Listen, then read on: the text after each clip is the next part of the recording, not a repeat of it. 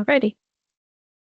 Good morning, everyone. Welcome to our May 7th meeting of our Advisory Commission on Intergovernmental Relations. Good to see you all. Thank you for joining us today. A couple of introductory comments. As you know, we had planned to have an in-person retreat visioning session today, and we did decide to postpone that by a month because we thought we needed to do a little more groundwork to prepare for it. And we would like to discuss that with you all today to get your input. And we'd like to hold that session instead on June 4th, the morning of June 4th. We would convene at 9:30 in CROG's offices in downtown Hartford. We are very conveniently located adjacent to the highway. Brian and Steve can attest to that. They've been to our office many times now. And we validate parking and all that good stuff. So hopefully many of you will be able to attend the June 4th session. So why don't we move on for a membership update? I do have a few comments in that regard, and then we can talk about what we'd like to accomplish in June. I think we can also have a brief legislative update as well. So membership update, we have one vacancy, just one vacancy remaining, which is good news, right? It's a gubernatorial appointment for a municipal official representing a municipality with a population of 20,000 or more. I understand there are one or two people who might be interested, but they haven't submitted all of their paperwork just yet. I would like to talk, however, about, I want to assess the members' interest and get your suggestions too, in terms of how do we best maintain a quorum for these meetings. Now, I know several people are agency appointments and respect that. I respect all of you and the talent you bring to the table here. But if we do have some members, some folks who are representing organizations, and for whatever reason, they're not finding this to be a productive experience for them, I would want them to let their appointing authority know that, so that we can find someone to fill their seat who has a genuine interest in our work and is available to serve. Now, I'm probably preaching to the choir here because all of you are our most faithful, among our most faithful attendees. But I would like to spend a couple minutes talking about this issue. Why do you think we struggle to obtain a quorum? Anything we might need to do to modify in terms of changing our format of the meetings, etc. We can also chat a little bit about this topic at our retreat, our session next month. But folks, if you're able to turn on your cameras and lean into this, I'd appreciate it. Steve, your thoughts? Yeah, Matt, I'm glad you brought this up. So I think some of this is just downstream from the fact of that ACIR has had a tough time sort of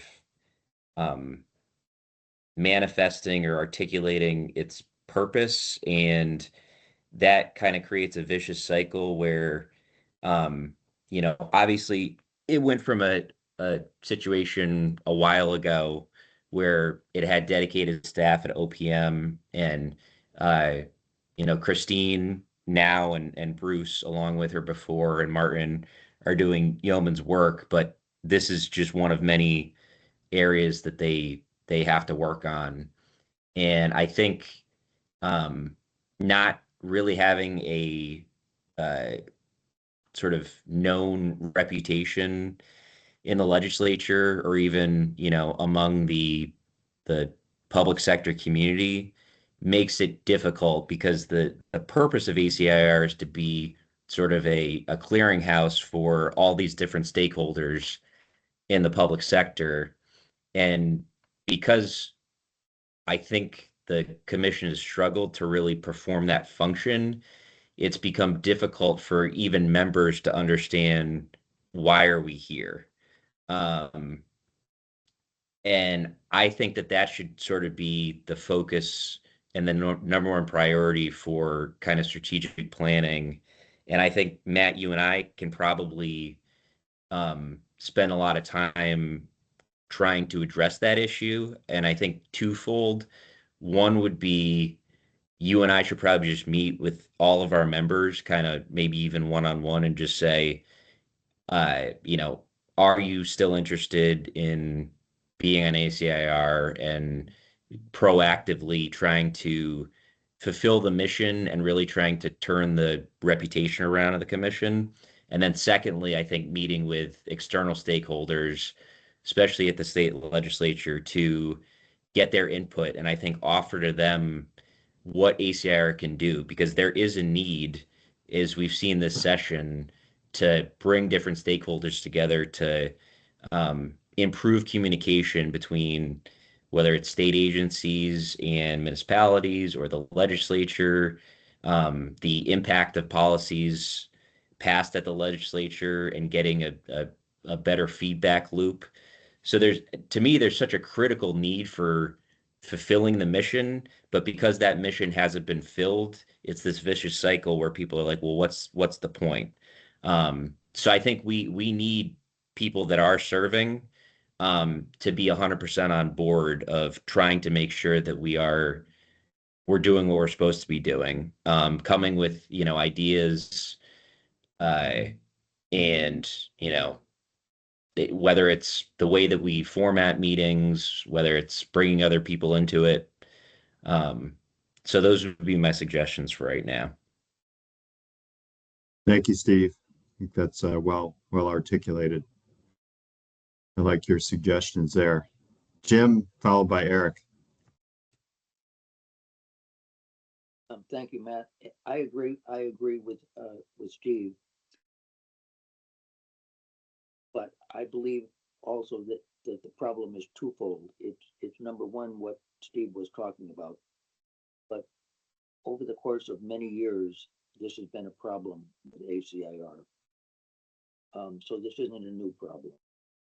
Even when we were, as Steve was alluding to, working with a good staff.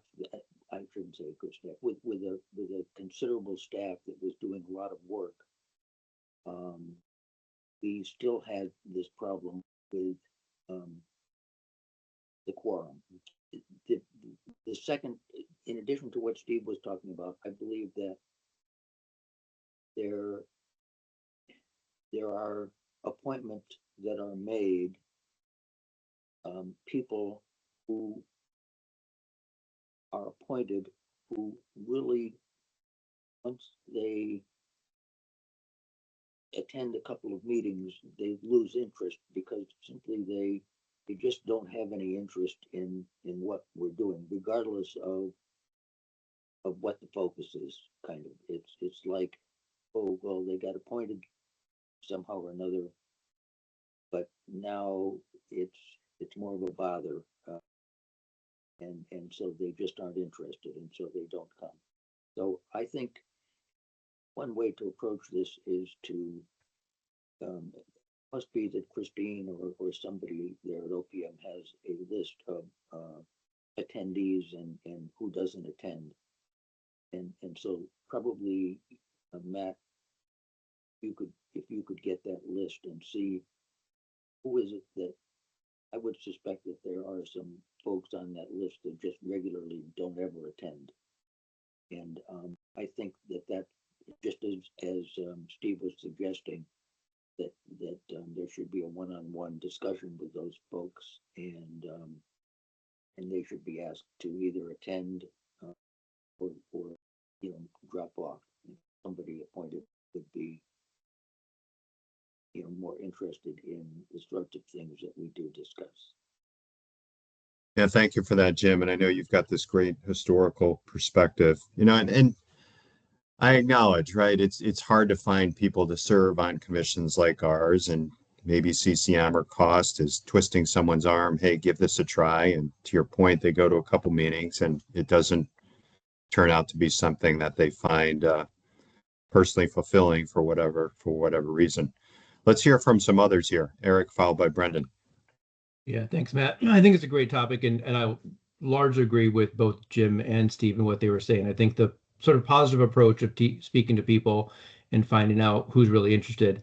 I would just say from an attendance standpoint, there also has to be a degree of accountability. So looking at that list, I don't know what happens with that list of attendance and who's here and who's not, and does that get shared back, with some quarterly, yearly with the people who are making the nominations, just to, they went through the effort of putting somebody into this position thinking that they were going to contribute to this conversation, and they may not understand that they're not getting the impact that they were hoping out of that either. So just something to consider. I think we have the carrot and the stick kind of working here a little bit. So that was all I would add to that.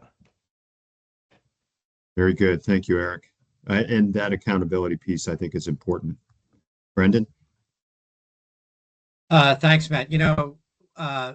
This is the disadvantage of you outed me in a Zoom context where I just got back from the gym, so I'm not exactly camera ready.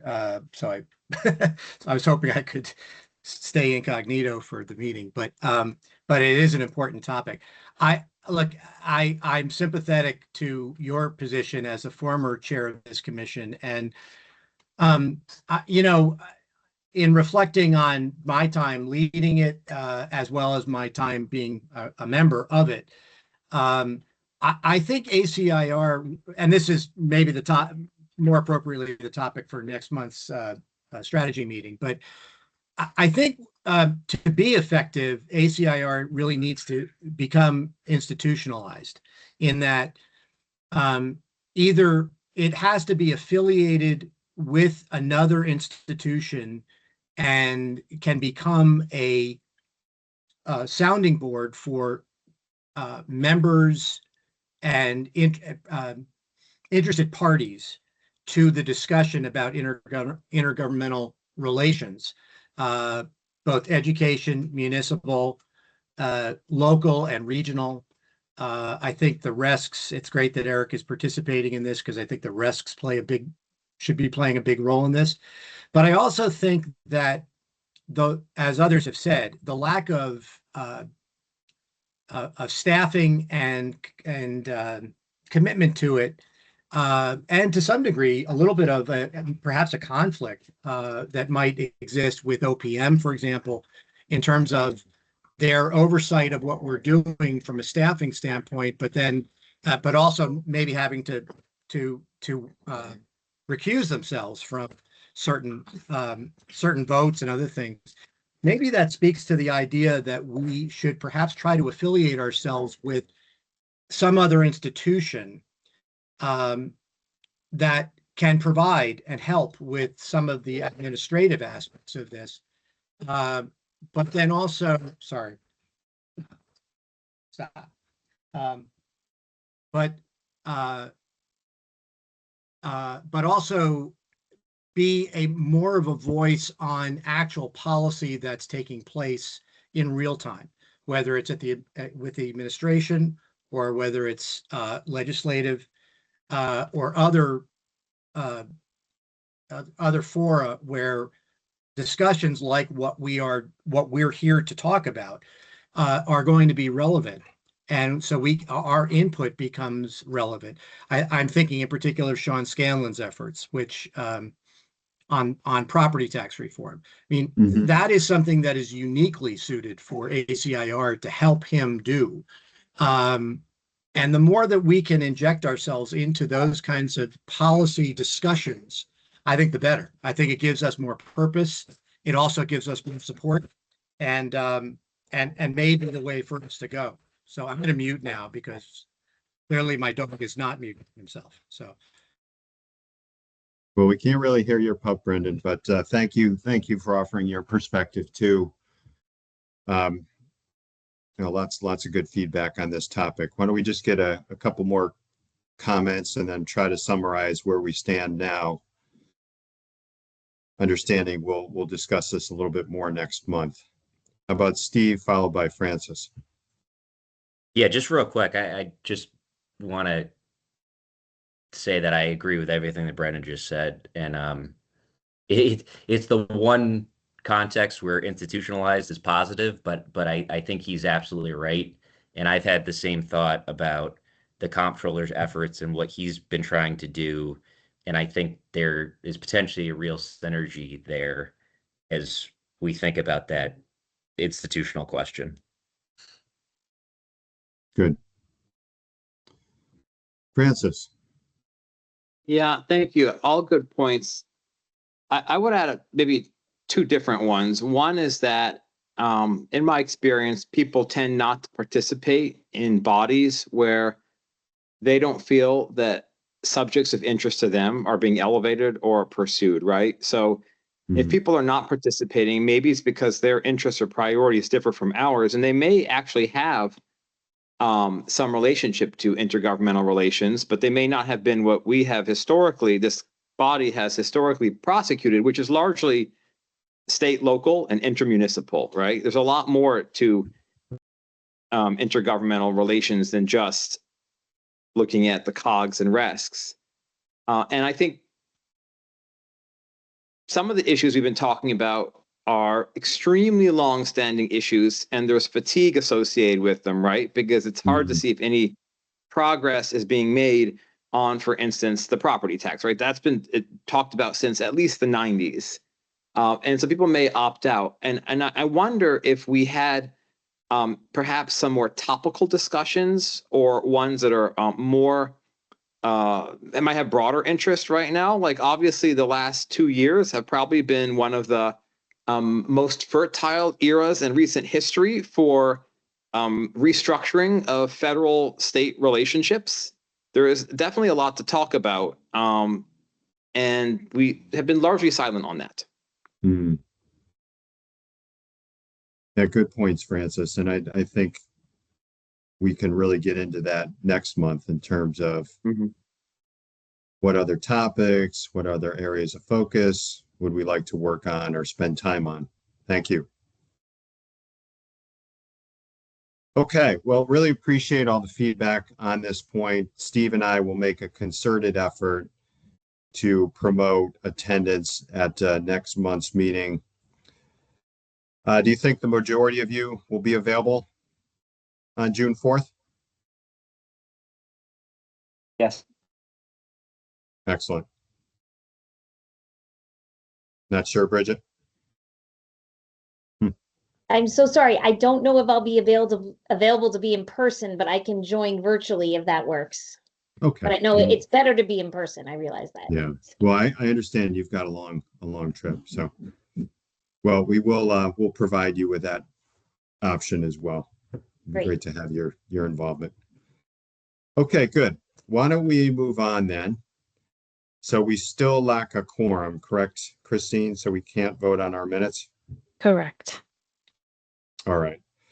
So we've already started doing this, chatting about what we want to accomplish in our workshop, our strategic planning session next month.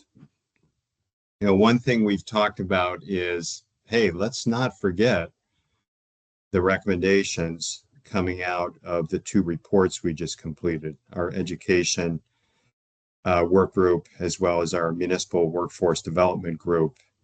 And thank you, Jim, for reminding us of that. So I do think we will go through those primary recommendations coming out of each of those reports and see which ones ACIR could help move forward. You know, some, we may not be best suited for, but undoubtedly, there are a handful of items that we could conceivably take to the next step. We do, however, want to make sure that we're reserving space to talk about other topics and areas of interest, like Francis had just mentioned. We do have a draft PowerPoint in the works I'm going to run through some of that with you very quickly in a minute or two. We're not in a position, unfortunately, where we can afford to bring in a trained facilitator, if you will. So Steve and I will do our best to do that, really to help facilitate a good, healthy discussion among the members with assistance from Christine and Martin. And I know many of you've gone through similar exercises, so you know how it works, and you'll be able to add significantly to the conversation. So Christine, if you wouldn't mind just sharing our PowerPoint, and again, I'm just going to work through this quickly. Just a bit of a reminder of the key items in those two reports. Next slide, please. So we'll start off with a recap on our mission. We'll talk a little bit about the key recommendations coming out of our previous workshop. And as you'll see, we've been trying to do these every couple of years. So let's see what we talked about in 2023. Many of us were around at that point in time. And let's see what type of progress we've made on those primary recommendations that we identified a couple of years ago. Then we'll work through the two reports, as I just mentioned. I think we want to add another item, Christine, for new ideas here. And we can conclude by talking about next steps. We may also want bullet points on maybe the format of the meetings, the frequency of the meetings, etc. So Stephen and I can work through that with Christine. Next slide, please. So here's just our mission. I think you're probably all familiar with it, the four main facets of our work. I'm not going to read these word for word. Serving as a forum, research, the research component. Could we lean into that a little bit more? Encouraging and coordinating studies, initiating policy development, making recommendations. We've been doing that for several years now. Any quick questions on the mission? Okay, seeing none, why don't we move on? Oh, I did see Jim. Jim. Just quickly, I know it's not really probably the mission, but the focus on taking a very detailed look at the mandate cost relative to projected costs. Where does that fit in terms of, I think that's going to be, is that actually going to happen in terms of a change in the state statute, or how's that working out? Right. So I don't think that went through, correct, Christine? Correct. Which is unfortunate. So are we typically, I guess I would say that's just a topic of discussion that we could have at the next meeting. Okay. That's typically something that has been an important focus. Mm-hmm. Our mandate review. And also, just while I'm talking here for a minute, the innovation and research initiative that Steve is heading up. Yes. That should be talked about also. Mm-hmm. Even though there isn't perhaps a finished report on that, I think a lot of progress has been made. Much more needs to be done, but that ties in with the conversation about becoming associated with an institution, so to speak. So there's a tie in there. All right, good points, Jim. So we will make sure we review our mandate related work, and we can provide an update on our innovation group. Steve, you want to touch base on that? Yeah, just real quick, I'm happy that Jim brought those points up. I think even though the bill did not pass, we're still within our statutory mission to be reviewing mandates, um, and taking a few each session and trying to analyze the impact. And then I do think next month we should talk about for strategic planning, the things that Jim brought up and probably make those goals for the next couple years. And having Angie as a member of ACIR, I think will really help with that initiative. Yeah, I agree. Good. All right. Why don't we keep moving? So then we'll go over the recommendations from 2023. And hey, we made good progress on this one. Developed a work plan. We established subcommittees for the work plans. Next slide, please. All right, and then moving on to the primary recommendations coming out of the 2 reports we just completed. And we do have that item number 9 related to the innovation work group. But both committees talked a lot about building our talent pipelines and career pathways, for local government service, both on the municipal side as well as the education side. We chatted a little bit about how we scale regional and shared services. Is there more work we could do in that regard? We talked about compensation, hiring practices, and market clarity. And we're gonna, we'll spend some time on each of these next month to try to truly ascertain whether or not we think it's something we can move forward. We talked about the importance of civility, how that impacts employee safety and retention, right? We've seen some very significant changes with the advent of social media and other things over the last decade or so.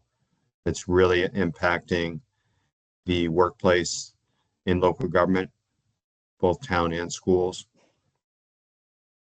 There were some recommendations coming out of the education work group related to governance and the reform of special education funding and service delivery.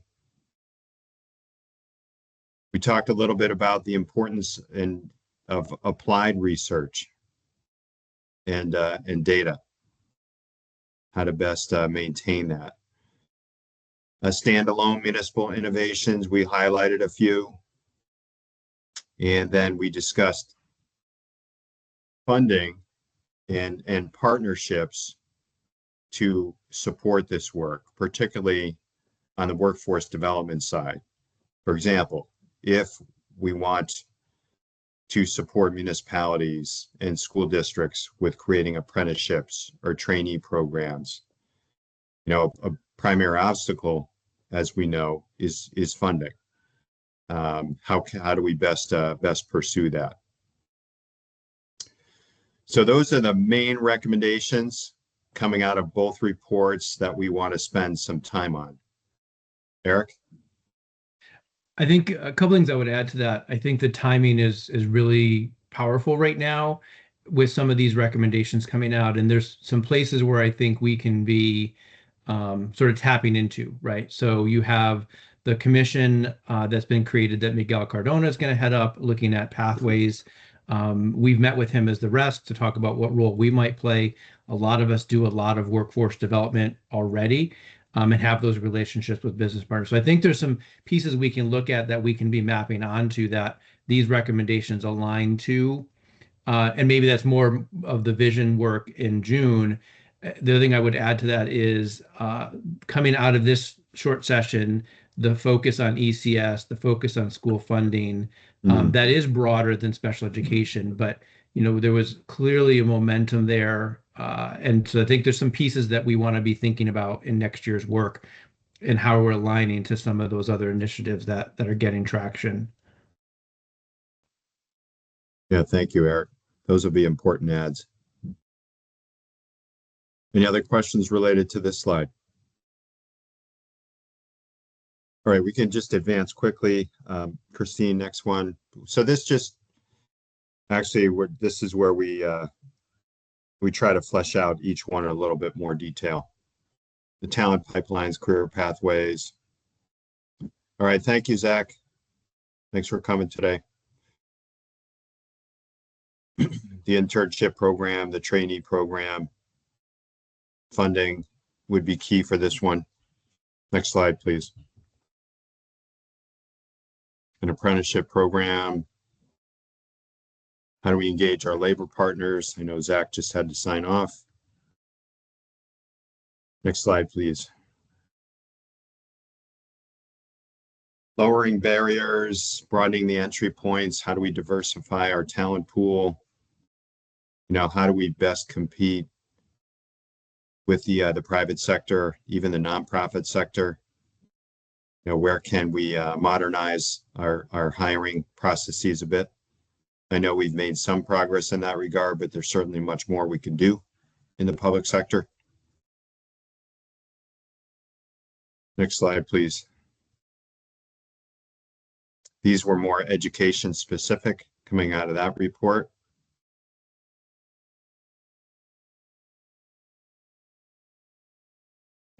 Eric will be leaning on you and Lon and others to help us out with this one.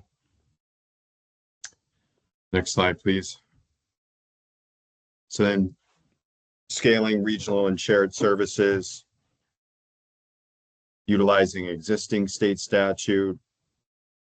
You know, we do have some examples that have been in place in some towns for some years now. Next slide, please. We have some examples at the COG level too. The Northeast COG, the Southeast COG. We've spent some time with the Collins Center out of UMass Boston, you know, Steve's group, the innovation group in particular. Next slide, please. We've got some toolkits that are helpful, some studies that are helpful, some training programs. Next slide. I'm just going through these very quickly because we're going to spend more time on them next month. How the state can support, where's some startup funding. We do have the RPIP grant, right, which is kind of the number one resource right now. Are there ways that could be modified, maybe, made more robust? Next slide, please. Compensation and hiring practices. You know, some recommendations there. We know there certainly is variation in terms of ability to pay, right, across the state, you know, depending on the town, its resources, local politics, etc. Next slide. Some thoughts on how we modernize our hiring practices.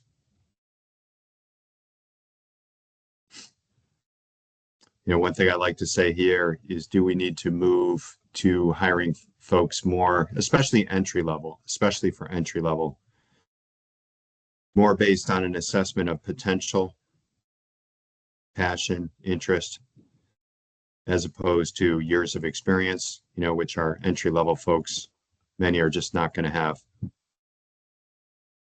Next slide, please. Workplace civility, some ideas there. Could we partner with the REL Center, other organizations?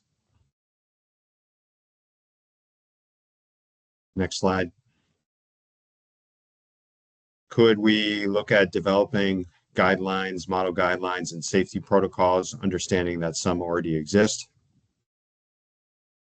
Is there something we could do, maybe even a Connecticut-based campaign? I know CCM tried one a couple of years ago with some success. Next slide. Some specific recommendations coming out of the education group. Cooperative and regional programming. Eric, remind me about what an LEA is. Local educational agency. Thank you. Reimbursement bonuses for regional construction. Next slide, please. Governance adjustments, regional finance boards, perhaps. How do we enhance special ed capacity, early intervention?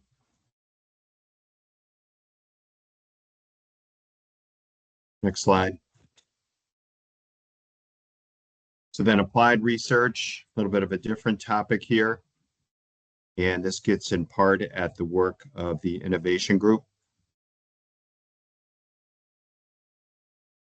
Do we want to establish a center for Connecticut local government collaboration? We could partner with the School of Public Policy, the Collins Center.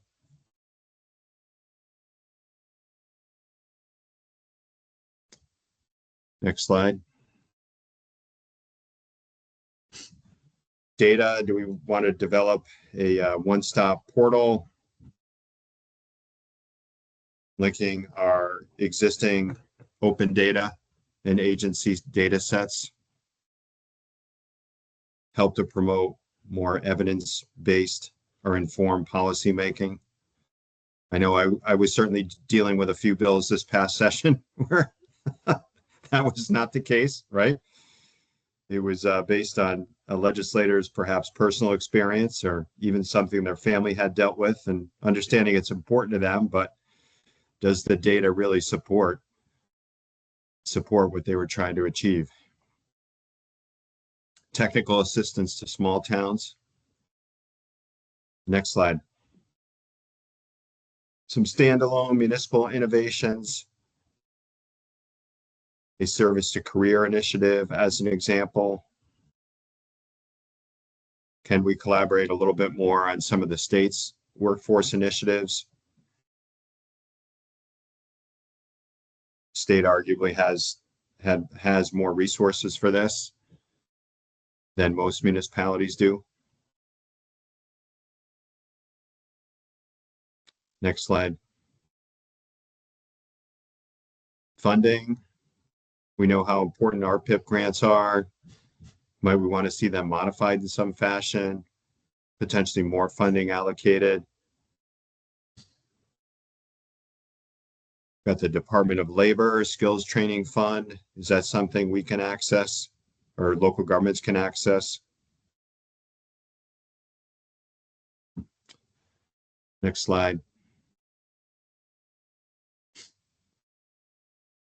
So we're going to work through those, but again, we want to save time, and this will be a challenge, Steve, for you and me, is we want to make sure we save time for new ideas.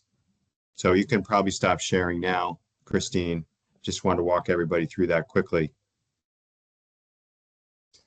We want to share time for new thoughts and ideas. You know, I really appreciate the comment Francis made earlier. Some of the issues we've been trying to tackle, you know, may appear somewhat intractable, like property tax reform as an example, although I do think we're seeing some recent progress and interest there.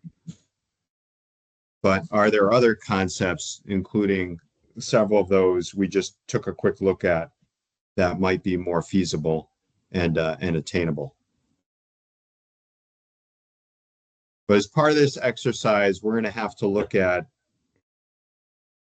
what role could ACIR actually play to move them forward? Or is it something we think another entity would be best suited to handle based on our recommendations? And Steve, maybe we can come up with a little matrix for that. And almost a decision tree, if you will, in terms of whether or not we have capacity to move something forward. Okay, so I know I've been talking a lot. Let me pause. Thoughts, comments? Do we think what we're contemplating will prove productive? What do we think? Yeah, Matt, I think it will. I think we have a good foundation. I think what you and I need to do is just make sure we can get as many folks to the June 4th meeting as possible. Thank you, Steve. Anyone else want to weigh in? Jim? Yeah, thank you. Two thoughts. One is a thought that I've been thinking about for a while now, and now's as good a time as any to throw it out there. You know, we focus on the property tax and property tax relief, and done a lot of really good work on that over the years, but it's never gone anywhere. And so I've been thinking, well, maybe we're looking at it from the wrong direction perspective. Perhaps we should be looking instead at alternative sources of revenue for municipalities. Forget about the property tax. But maybe we should be focused on trying to figure out, you know, what out of the box ways could municipalities raise their own revenue? How the heck could they do that? And I know it's very different from towns that have let's say retail or commercial space. So those towns, you know, could generate sales tax perhaps, but many towns don't have that base, so that wouldn't work. But so it's a complicated question, but since we don't get very far with the property tax relief always comes down to, in the end, well, where's the money going to come from that's going to substitute for the property? Just can't eliminate it and make it go away, or even use it by 2% without coming up with a lot of money. So you need to get an alternative figured out before you can reduce it. The other thing is that the other point that I make after listening to your slide presentation is that on every one of those slides, I would say you could probably spend 2 or 3 or more meetings discussing every line item. And so I don't know. I mean, each one of them is interesting and relevant, but how you winnow out what the focus should be for 5 or 6 initiatives going forward, 5 or 6 discussions to next year. Right. Yes, at the end of the day, we need to winnow down that list. Yeah, and I do that without some.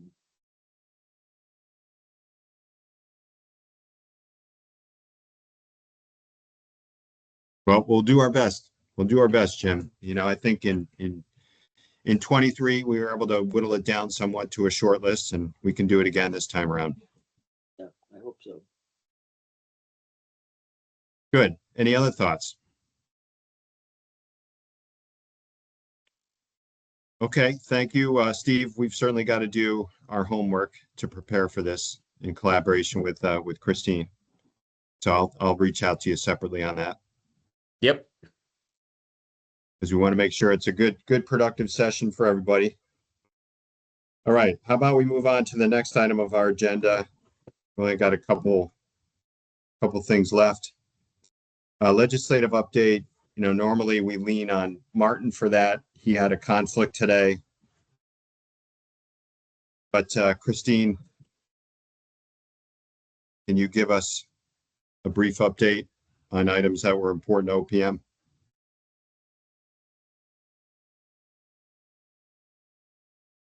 Fine. Get out of the other screens. So I just wanted to share the ACIR bills. This was SB 445. Unfortunately failed. It was moved to the foot of the calendar, so it did not progress. And the other ACIR bill we had was 446, and unfortunately that also did fail in the House. So those did not move forward. And unfortunately, and related to the other OPM bills, I'm going to have to wait until Martin has an opportunity to provide a summary on those ones. Okay, thank you, Christine.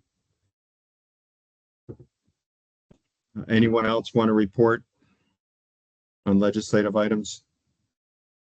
We know we're still digesting. I'll just say I was encouraged at the amount of funding for education, and I think the sustained and comprehensive lobbying effort from a variety of stakeholders in municipalities, education officials, paid off this session, and it gives me some hope for sort of the overall property tax discussion. And I give credit to the governor for backing off the proposal to use the spending cap money on tax rebates and instead focusing that on education funding to help mitigate property tax increases. So I think in terms of intergovernmental relations, it was a successful session in dealing with a big issue. Obviously, the structural challenges need to be solved, but I think very positive. Yeah, I would agree with you there, Steve. Speaking from the COG world, many of us had been hopeful that the legislature would make some modifications to the housing bill that was passed in a special session in November.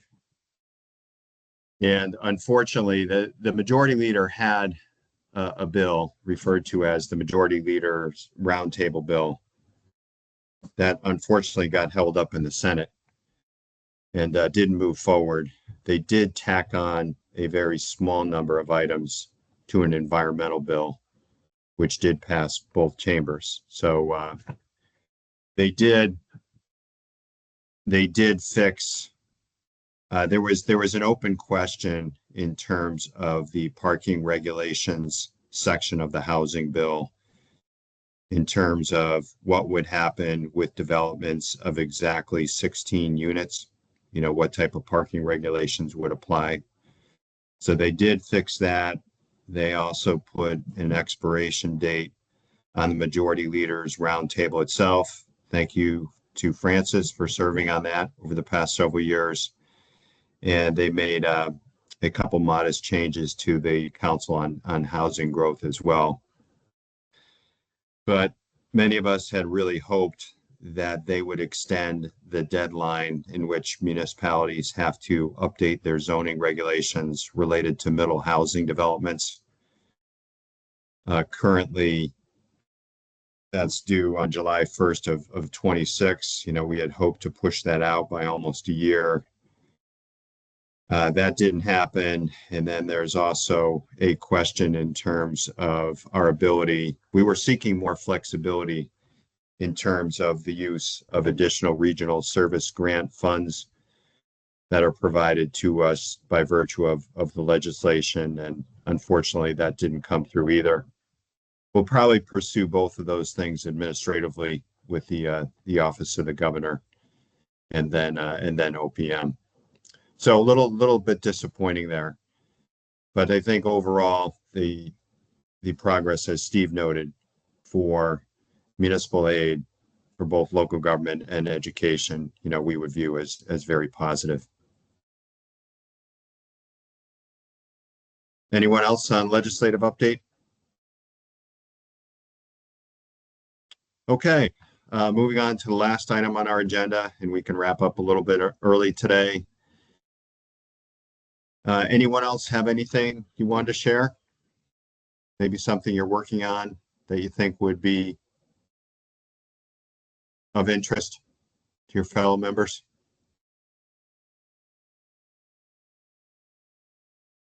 Oh, sorry.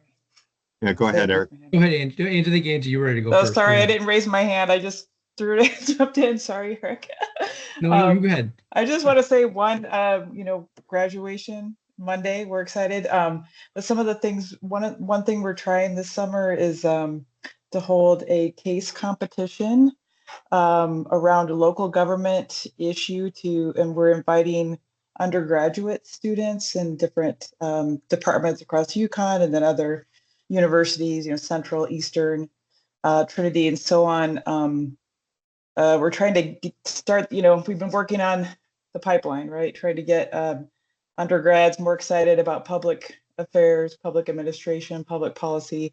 So this case competition is one way we're going to try to do that. That's going to be on June, is it 6th, June 4th, whatever that Saturday is, the first Saturday in June. So if any of you are interested, I can reach out if you want to come and attend. And we're also working on trying to create a graduate certificate in local government management as well. It's kind of in the process it's a long process at UConn to do anything. So anyway, those are some things that and other things we're working on, but we thought you all might have an interest in that. Yeah, that's great news, Angie. Congratulations there. And those of you who've been around ACIR for a while and knew my predecessor, Dr. Lyle Ray, very excited that we are going to be awarding the very first fellowship that we created in his honor at the graduation ceremony. Yeah, thanks, Matt, for bringing that in too. We're excited. Thank you for making that happen. You bet. Brendan. Oh, I'm sorry. Eric, followed by Brendan. I apologize. No worries. Go ahead, Eric. Matt. Just to share, we had an event. Matt came as our keynote. We called it a partnership in practice back in March, and we're looking to do that again. So we partnered with Learn to host it, and they're excited to do that in the fall. And it's really just a showcase of regional partnerships, places where people are effectively working together and finding solutions. So just really trying to highlight what's working. So that's sort of our intent, to continue that conversation and highlight where those successes are. Some of it does relate to opportunities where RPIP grants might be, a value and an opportunity for RESCs and COGs to continue to support that work. So just trying to keep that conversation going in other places as well. That was a fun event, Eric, and it seemed like the participants got a lot out of it. Yeah. Thank you. Brendan. Yeah, in the spirit of Monty Python, for something now for something completely different. Matt, you and Francis both know that I've been completely unrelated to anything else. I've been working on a solution on solid waste management